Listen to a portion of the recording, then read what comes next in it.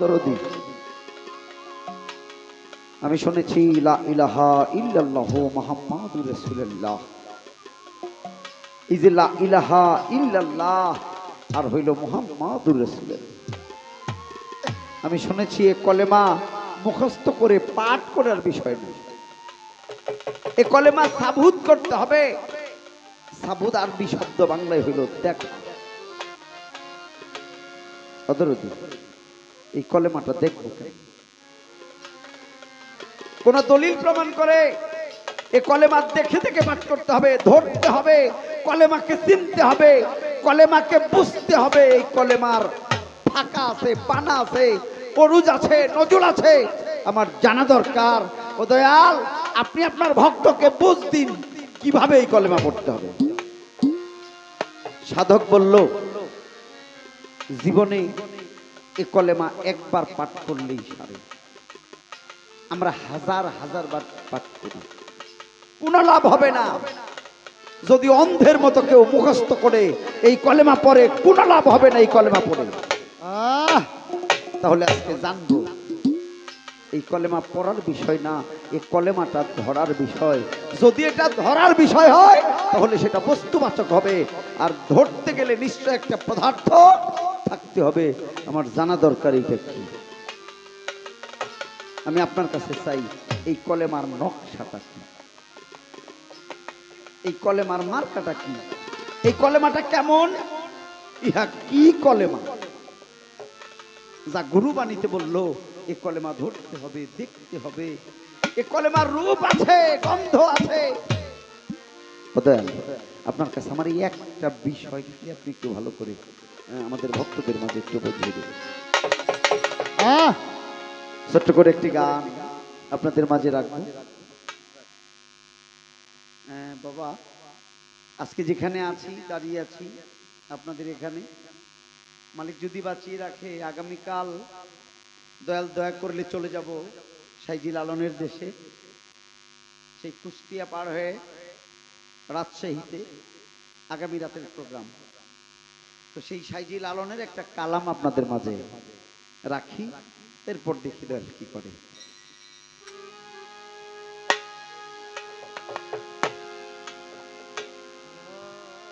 Hello,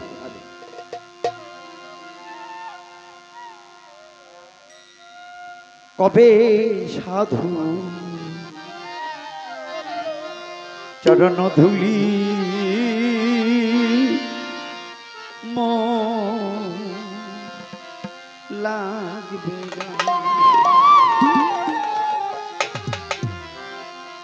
ওরে আমি বসে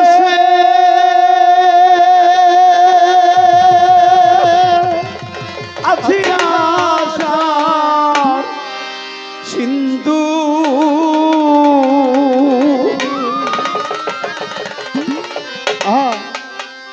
ও গো আমি বসে আছি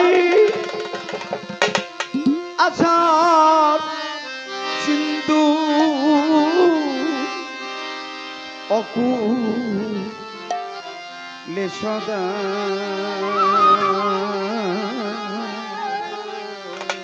কবে কালাসা চরণ ধুলি হাকিম ভাইরে লাগবে পাপীরা। ও গো আমি বসে আছি আশার সিন্ধু, আমি বসে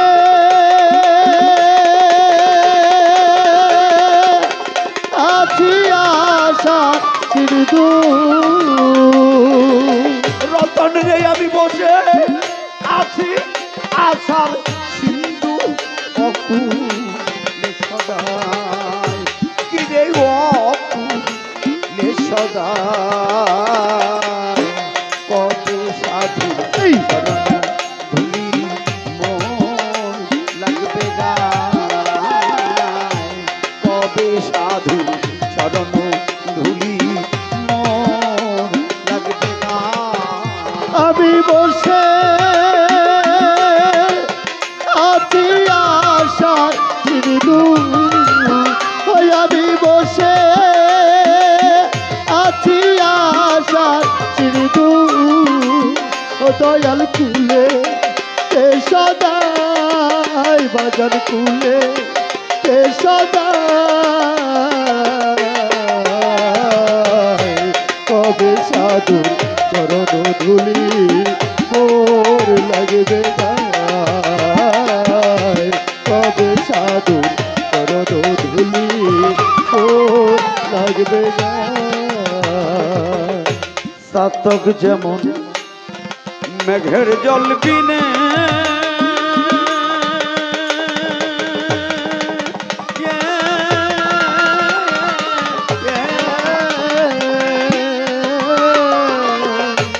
অহর্নিশি যে থাকে চাতক মেঘিয়ানে চাতক যেমন মেঘের জল বিনে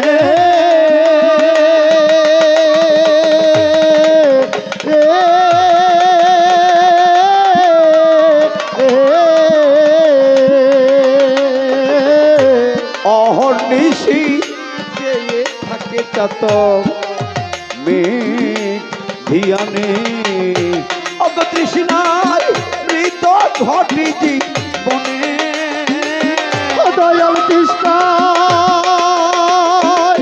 মৃত্যু ঘটেছি পদে সারে তৃষ্ণায় মৃত ঘটে জীবনে হলো সেই দম ছায়া মানব হলো সেই দম ছায়া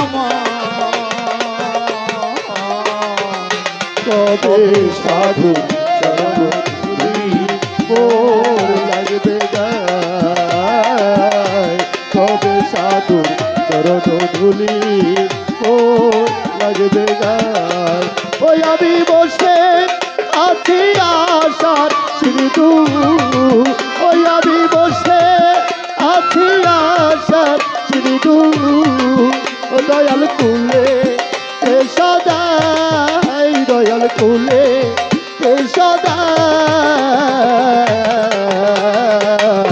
তবে সাধুর চরণ ধুলি মোর লাগবে গায় তবে সাধুর চরণ ধুলি মোর লাগবে গায় এই তো ভজন সাধন আমাতে আর না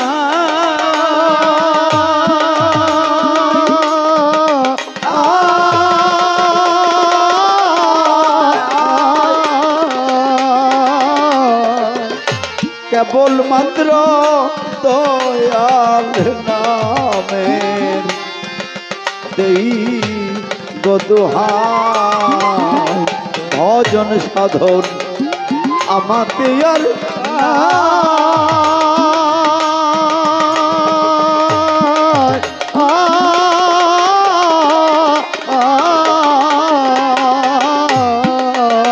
কেবল মাত্র দয়াল নামের দেই গদুহাই তোমার নামের মহিমা দেখাও গোসাই তোমার নামে মহিমা দেখাও গোসাই তোমার নামের মহিমা দেখাও গোসাই পাপি ঔষধ তীরে পাপি ঔষধ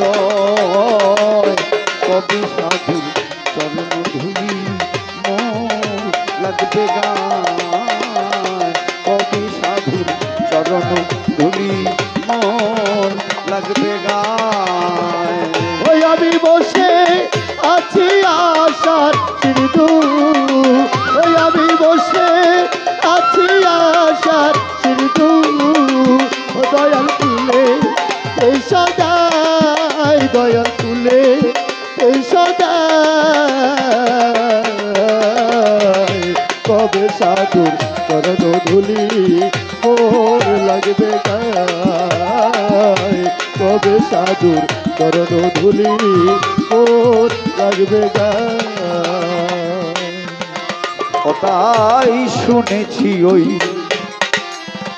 সাধুর করুণা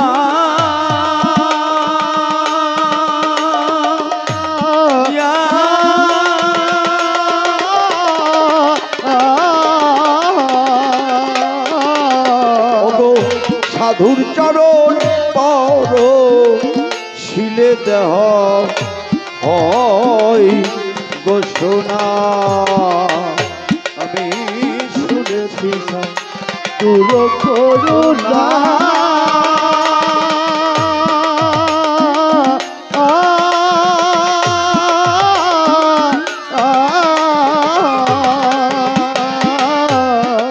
সাধুর চরণ পর শিলে দেহ হয় ঘোষণা বুঝি আমার ভাগ্যে তাও হইল না যদি আমার ভাগ্যে তাও হলো না ওরে বুঝি আমার ভাগ্যে তাও হইল না ফকির লালন কিরে ফকির লালন কবে সাধুর চরণ ধুলি মন লাগবে গায় কবে সাধুর চরণ ধুলি মন লাগবে গায় আমি বসে আছি আশার সিন্ধু আমি বসে আছি আশার সিন্ধু ওই আমি বসে আছি আশার সিন্ধু অকুল সদয় কিরে অকুল সদয় কবে সাধুর চরণ ধুলি মন লাগবে গায় কবে সাধু চরণ ধুলি মন লাগবে গা